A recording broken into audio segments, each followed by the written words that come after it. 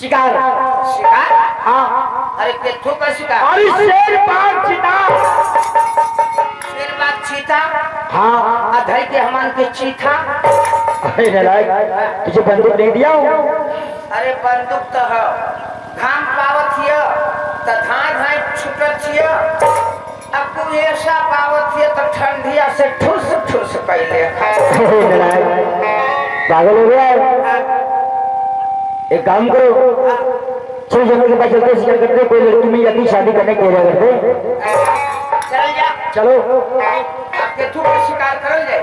शेर बाघ चीता। शेर बाघ चीता? अरे बाप रे बाप, शेर बाघ चीता। राजा साहब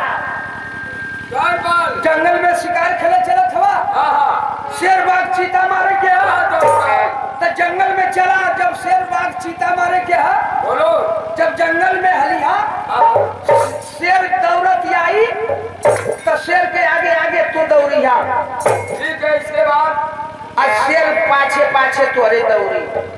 इसके बाद शेर के पाछे पाछे मंत्री दौड़िया। ठीक है, मंत्री के बाद हम कौनो पेड़ पे से चढ़ के निशाना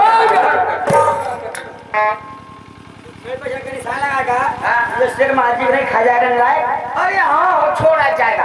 ऐसा कि जब खेती आई तो तीनों जाने तीनों और भगल जाएगा।